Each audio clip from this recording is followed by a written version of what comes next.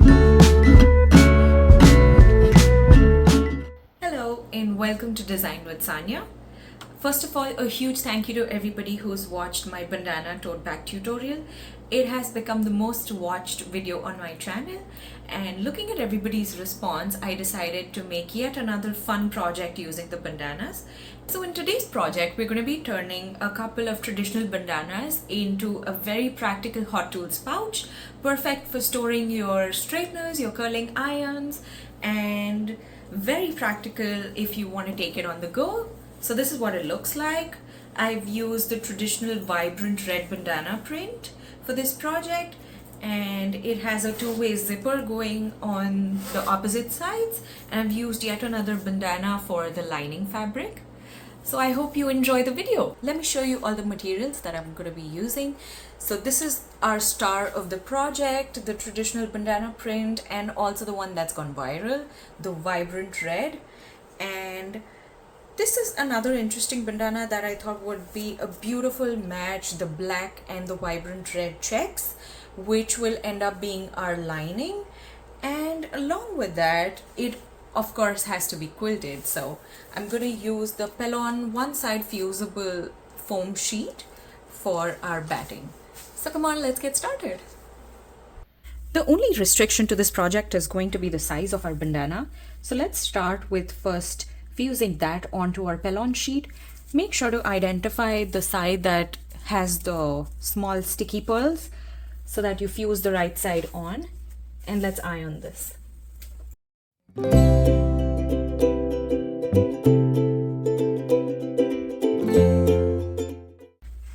So I've ironed the bandana onto the Pelon sheet, and now that this has been fused, my first step is going to be quilting the bandana so that I know I can account for the shrinkage that happens during quilting, and I know the exact surface that I'm going to be working with for this project. Let's get to quilting now. I'm going to quilt my first line along the design, so it gives me like a map of how I'm going, and it'll also help me keep a straight line since I'm not going to mark my lines. But it would definitely be ideal to mark your lines for quilting if you're not very comfortable doing it.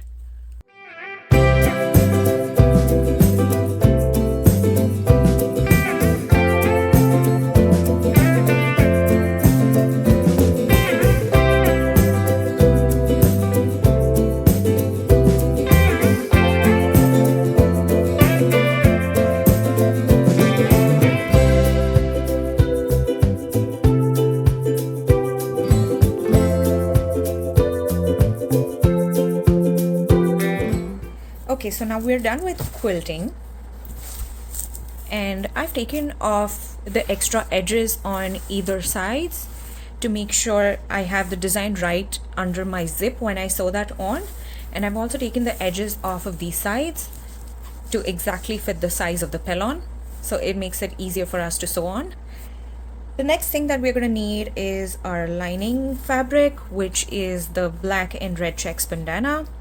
The best part about this project is that we're not going to need a pattern, and we are just going to be cutting our pieces out as and when we proceed in the project. Let's get to our zip.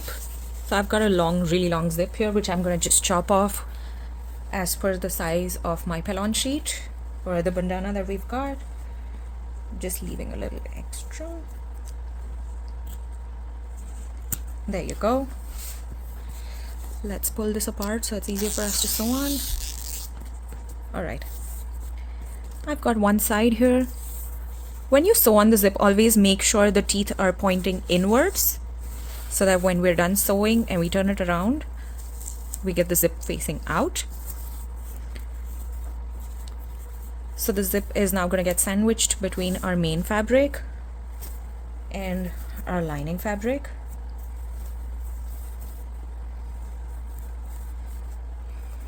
And I'm going to clip that together.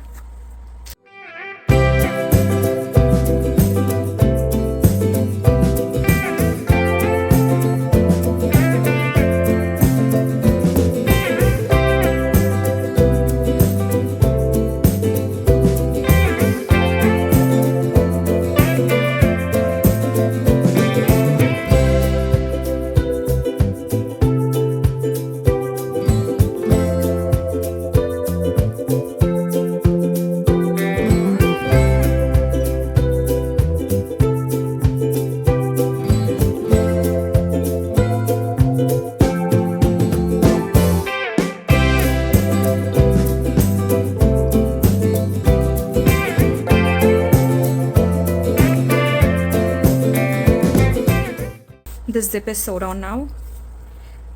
Let's take a look at that. Okay, looks good. We've got the design right under the zip like we wanted.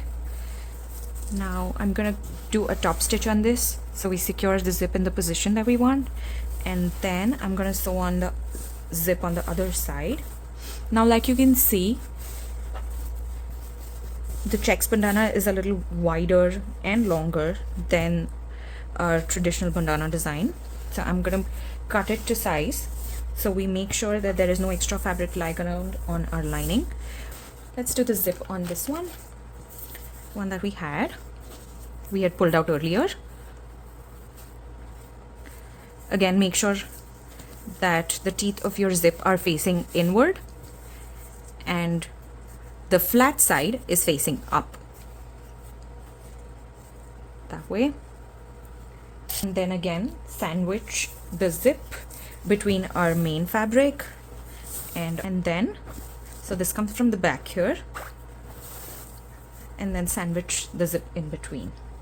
A quick tip, while doing the top stitch, once you've sewn on the zip, I like to put pins so that I know I'm pulling my lining fabric tightly enough to make sure it doesn't get wound up in the top stitch and then the fabric doesn't pull anywhere.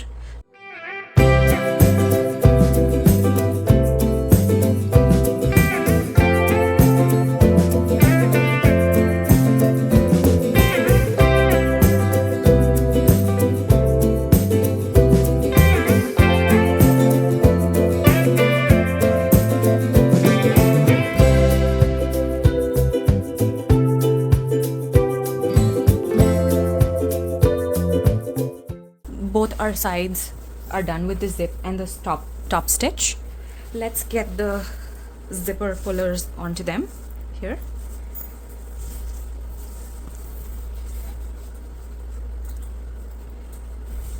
Make sure to match your design and then put the zipper pullers. Okay, we've got both our zipper pullers on, both opening in the opposite direction. Now the next step is pretty easy. We're not going to be working with a pattern on this project and we're just going to sew along. So the next step is pretty much to just sew the sides on. So let's turn this inside out.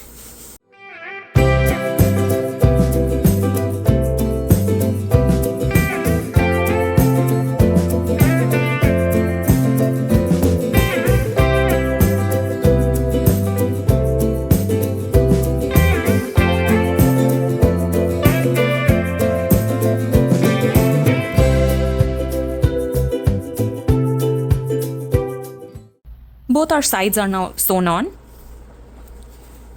You can see that there's a little extra fabric that we've got left on our lining, and the reason I've not cut it earlier is so we can use it to seal our sides.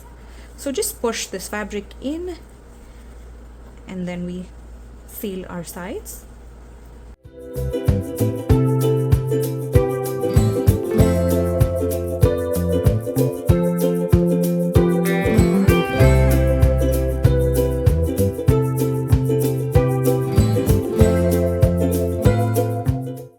The edges are sealed.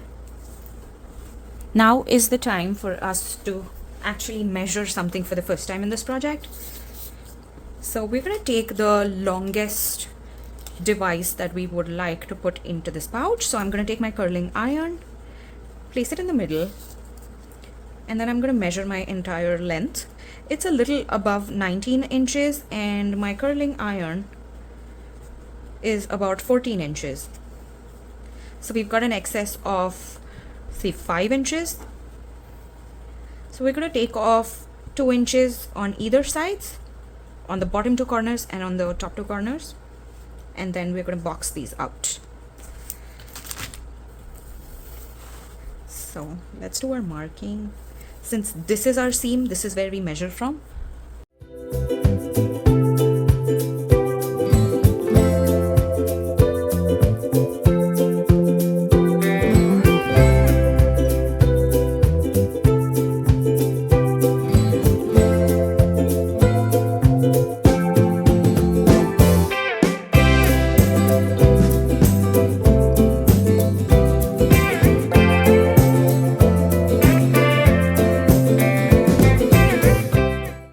now I'm going to make this strap or the handle for our Hot Tools pouch.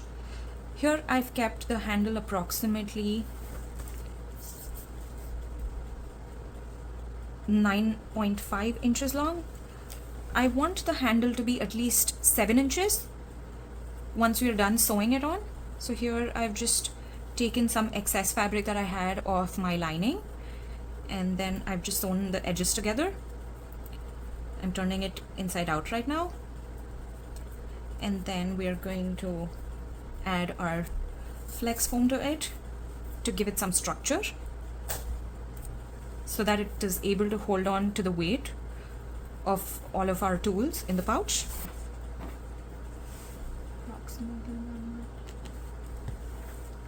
And the width is approximately 1 inch.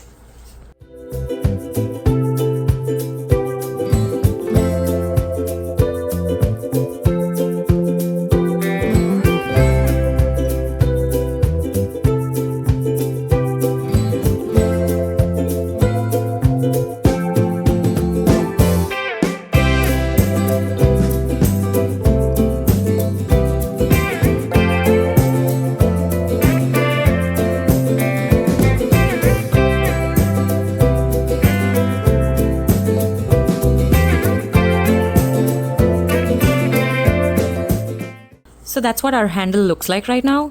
This is going to be the front of our handle. Let's bring back our pouch. I'm just going to remove the clips at the center and put my handle in there.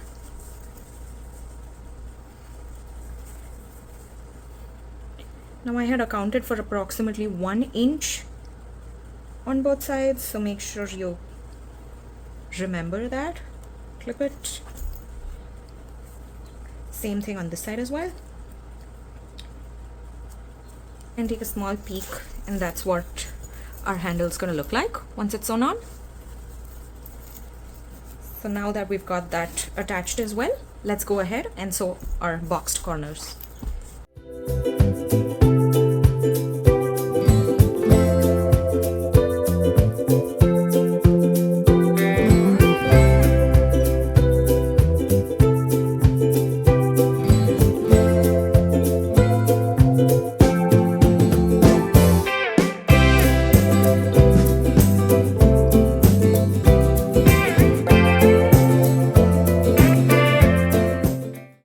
All our boxed corners have been sewn on. Let's cut this off.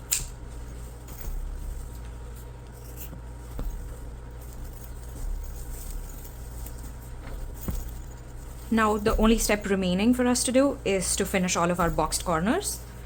You could use a bias tape, or you could use the excess fabric left over. I'm gonna do that in my case. I'm gonna just use the excess fabric left over.